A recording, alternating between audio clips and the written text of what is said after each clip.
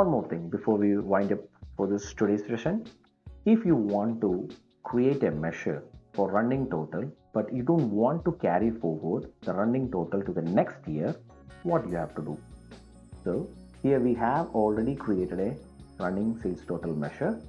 So I'll keep this as is and I will copy this and I can create a new measure, and here I would say YTD running total. Okay, so here I want to restrict my running total to stop when it is jumping to a new year, and keep distinction between 2 years irrespective of the months. All right, so what you have to do, you have to make a tiny tweak to this existing DAX.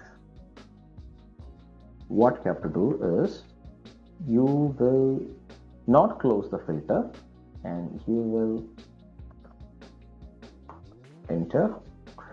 shift enter, and then add an ampersand sign, and you will say not only you have to look up the financial data, but also you have to look the year of the date, and which is equal to maximum of year of the date. Okay, and here instead of selecting the date you will say year, right?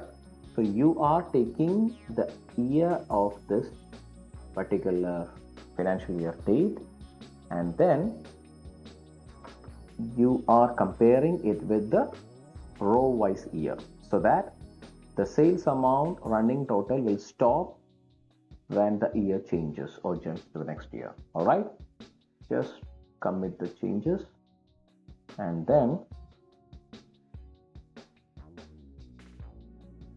okay, so I can maybe take out this year function and I can keep this as it is.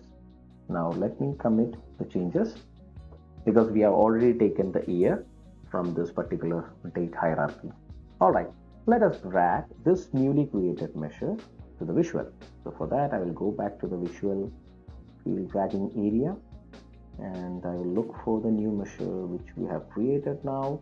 So we start with YTD. Yeah, here we have. Drag this to here, and now you can see that this particular measure is giving me the running total, but only to that year.